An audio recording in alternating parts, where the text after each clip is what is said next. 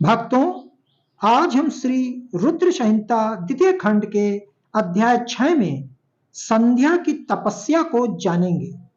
ब्रह्मा जी बोले, हे महाप्रज्ञ नारद, तपस्या की विधि बताकर जब वशिष्ठ जी चले गए, तब संध्या आसन लगाकर कठोर तप शुरू करने लगी। वशिष्ठ जी द्वारा बताए गए विधान एवं मंत्र द्वारा संध्या ने भगवान शिव की आराधना करनी आरंभ कर दी। उसने अपना मन शिव भक्ति में लगा दिया और एकाग्र होकर तपस्या में मग्न हो गई। तपस्या करते करते 4 युग बीत गए।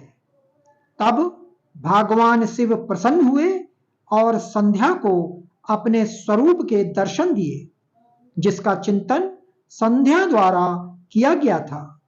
भगवान का मुख प्रसन्न था। उनके स्वरूप से शांति बरस रही थी। संध्या के मन में विचार आया कि मैं महादेव की स्तुति कैसे करूं। इसी सोच में संध्या ने नेत्र बंद कर लिए। भगवान शिव ने संध्या के हृदय में प्रवेश कर उसे दिव्य ज्ञान दिया, साथ ही दिव्य वाणी और दिव्य दृष्टि भी प्रदान की। संध्या ने प्रसन्न मन से भगवान शिव की स्तुति की।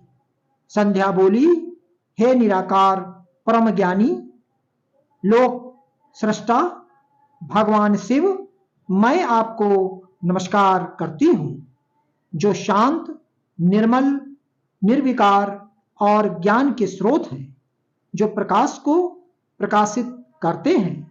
उन भगवान शिव को मैं प्रणाम करती हूं, जिनका रूप आदित्य, शुद्ध, माया रहित, प्रकाशमान, सच्चिदानंदमय, नित्यानंदमय, सत्य, ऐश्वर्य से युक्त तथा लक्ष्मी और सुख वाला है। उन परम पिता परमेश्वर को मेरा नमस्कार है, जो सत्व प्रधान, ध्यान योग्य, आत्मस्वरूप, सारभूत, सबको पार लगाने वाला तथा परम पवित्र है। उन प्रभु को मेरा प्रणाम है। भगवान शिव आपका स्वरूप शुद्ध, मनोहर, रत्नमय, आभूषणों से अलंकृत एवं कपूर के समान है। आपके हाथों में डमरू, रुद्राक्ष और त्रिशूल शोभा पाते हैं। आपके इस दिव्य चितमय सगुण साकार रूप को मैं नमस्कार करती हूं। आकाश, पृथ्वी, दिशाएं, जल, तेज और काल सभी आपके रूप हैं। हे प्रभु, आप ही ब्रह्मा के रूप में जगत की सृष्टि, विष्णु रूप में संसार का पालन करते हैं। आप ही रुद्र रूप धरकर संहार करते हैं, जिनके चरणों से पृथ्वी तथा अन्य शरीर से सारी दिशाएं, सूर्य, चंद्रमा एवं अन्य देवता प्रकट हुए हैं, जिनकी नाभि से अंतरिक्ष का निर्माण हुआ है। वे ही सद ब्रह्मा तथा पर ब्रह्मा हैं। आपसे ही सारे जगत की उत्पत्ति हुई है, जिनके स्वरूप और गुणों का वर्णन स्वयं ब्रह्मा, विष्णु भी नहीं कर सकते।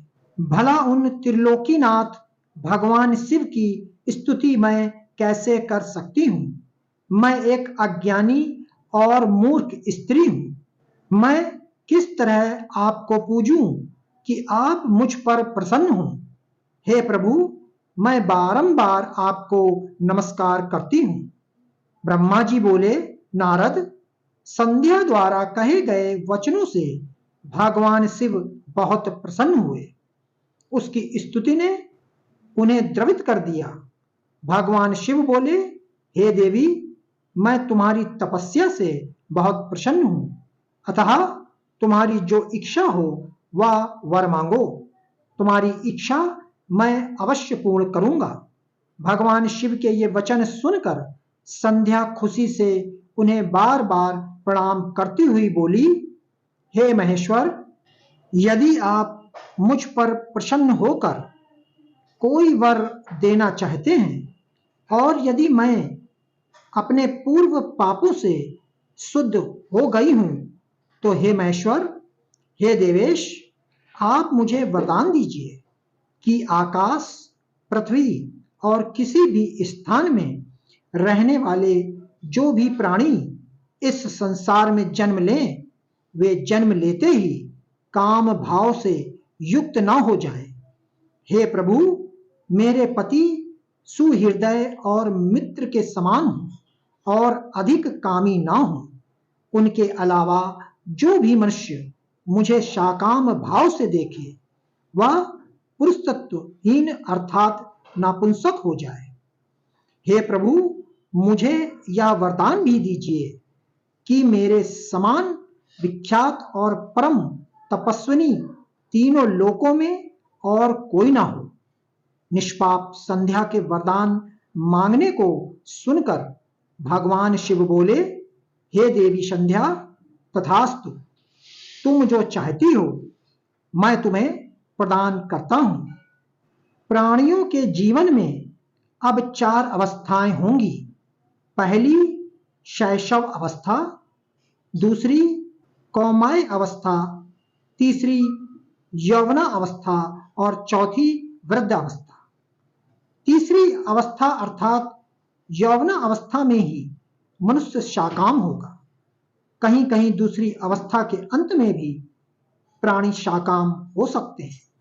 तुम्हारी तपस्या से प्रसन्न होकर मैंने यह मर्यादा निर्धारित की है कि तुम परम सती होगी और तुम्हारे पति के अतिरिक्त जो भी मनुष्य तुम्हें शाकाम भाव से देखेगा वह तुरंत पुरुष तत्वहीन हो जाएगा।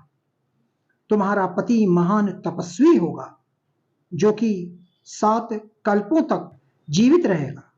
इस प्रकार मैंने तुम्हारे द्वारा मांगे गए दोनों वरदान तुम्हें प्रदान कर दिए हैं। अब मैं तुम्हें तुम्हारी प्रतिज्ञा को पूर्ण करने का साधन बताता हूं।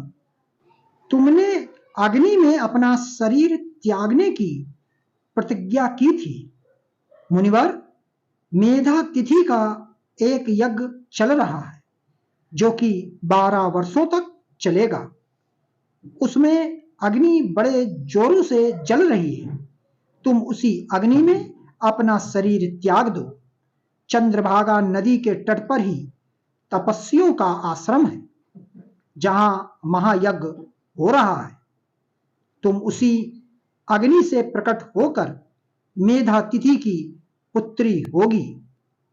अपने मन में जिस पुरुष की इच्छा करके तुम शरीर त्यागोगी वही पुरुष तुम्हें पति के रूप में प्राप्त होगा। संध्या, जब तुम इस पर्वत पर तपस्या कर रही थी तब त्रेता युग में प्रजापति दक्ष की बहुत सी कन्याएं हुई। उनमें से 27 कन्याओं का विवाह उन्होंने चंद्रमा से कर दिया। चंद्रमा उन सबको छोड़कर केवल रोहिणी से प्रेम करते थे।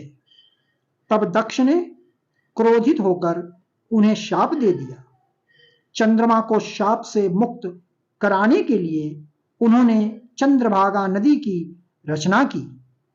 उसी समय मेधातिथि यहां उपस्थित हुए थे। उनके समान कोई तपस्वी न है न होगा। उन्हीं का ज्योतिष्टोम नामक यज्ञ चल रहा है जिसमें अग्निदेव प्रज्वलित हैं। तुम उसी आग में अपना शरीर डालकर पवित्र हो जाओ और अपनी प्रतिज्ञा पूरी करो। इस प्रकार उपदेश देकर भगवान शिव वहां से अंतर्ध्यान हो गए। भक्तों, आगे की कथा श्री रुद्र संहिता द्वितीय खंड अध्याय 7 सुनना ना भूलें और हमें कमेंट में ओम नमः शिवाय अवश्य लिखें।